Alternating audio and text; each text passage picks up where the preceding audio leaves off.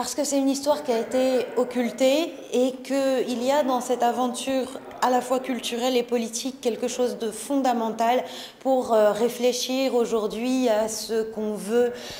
faire au Maroc, au projet collectif que nous avons en tant que citoyens à contribuer à élaborer collectivement, parce que souffle la mémoire des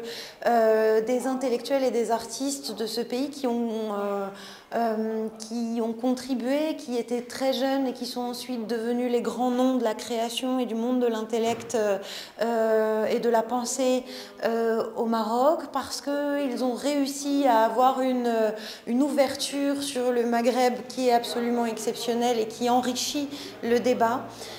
Parce que la liberté de ton, de souffle est quelque chose à laquelle nous avons tout intérêt à revenir, parce que c'est agréable à lire, parce que c'est de l'intelligence à l'état pur. De pouvoir rencontrer les auteurs de Souffle justement parce qu'ils étaient encore en vie et ils étaient tout à fait disposés à témoigner, ils étaient très en demande de ces rencontres, ils m'ont accordé un temps précieux, ils m'ont tout raconté, ils m'ont raconté jusqu'au conflit qu'il y a pu y avoir à l'intérieur de l'équipe, notamment autour de la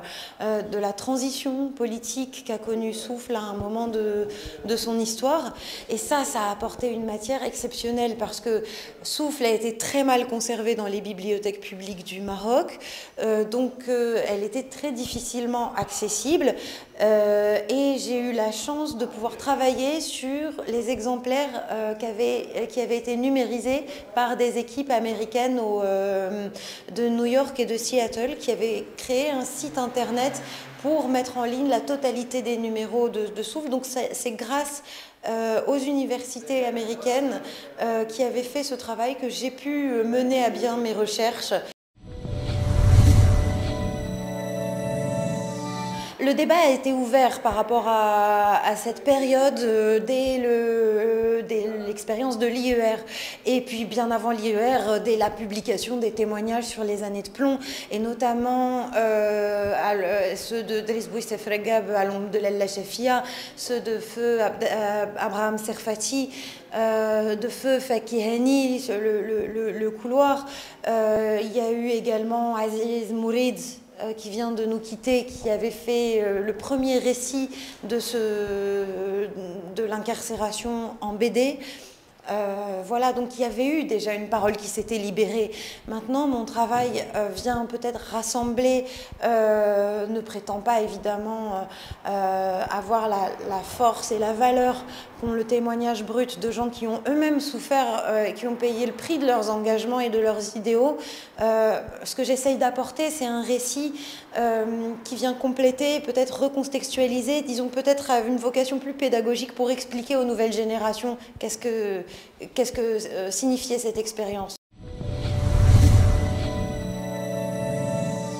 Après toutes ces années d'études, c'est un rapport d'intimité parce que je connais bien les textes et puis maintenant je connais bien les auteurs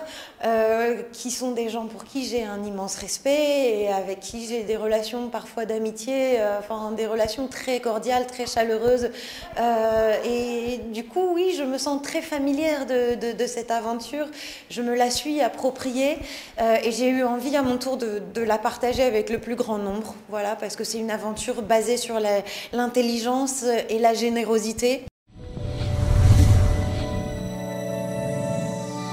Elle y a largement contribué, elle n'est pas la seule d'ailleurs, parce qu'on ne peut pas réduire tout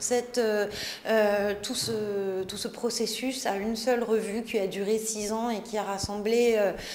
quelques auteurs, même si 120 c'est un nombre quand même respectable, 120 signatures du monde de la culture et de l'art issus du Maroc, du Maghreb et éventuellement de Martinique ou de pays avec qui c'était cette équipe estimait avoir un bout de chemin intellectuel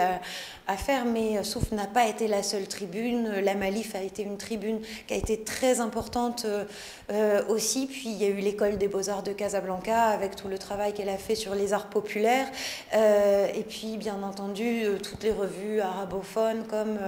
Afaq, Majalat al-Qissa wal Masrah, et ainsi que d'autres,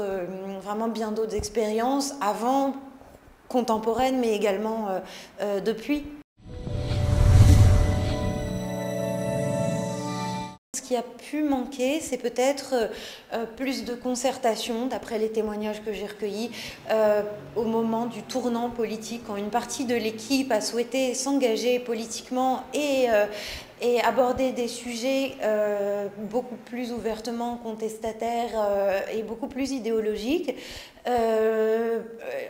Cette orientation n'a pas été partagée par un certain nombre d'auteurs de la toute première équipe qui ont pris leur distance, qui se sont éloignés, qui ont créé Intégral pour rester sur la ligne culturelle initiale. Il aurait peut-être été souhaitable qu'il y ait eu peut-être plus de concertation pour déterminer si oui, Souffle devait ou ne devait pas devenir une tribune politique, si oui ou non il fallait respecter les équilibres entre la revendication et la création, comme ça s'était fait lors de la première période. Il y a eu une continuité au niveau de la vision engagée de la culture, de son importance pour transformer la société, pour proposer des schémas, une matrice pour la société future. Maintenant, de là à en faire une tribune politique, bon, c'était un choix. Il ne m'appartient pas de dire ce qui aurait dû être fait ou ce qui n'aurait pas dû être fait, puisque je n'ai pas vécu cette période, je n'y ai pas participé, mais je vous fais part d'une réflexion qui m'a été confiée par plusieurs témoins de cette époque. La liberté de ton, des gens d'une grande culture et d'une grande dignité, qui ont contribué à façonner le mouvement des droits humains dans ce pays, qui ont constitué l'architecture intellectuelle, artistique, mais également de la société civile au Maroc. Et c'est des gens à qui je souhaite exprimer une grande admiration pour leur réalisation. Pour moi, ce sont des modèles. Bon, j'espère qu'ils inspireront de nouvelles figures à l'avenir. Il faut vraiment relire cette page, la connaître pour pouvoir avancer et construire notre avenir. Voilà, donc j'ai l'impression d'avoir fait un travail de passeuse. J'espère qu'il sera reçu et qu'il ouvrira le débat et en étant optimiste, qu'il pourra contribuer à remobiliser peut-être les artistes autour de projets collectifs et les militants autour peut-être d'un élan commun sur des valeurs partagées qui sont des valeurs humanistes et progressistes.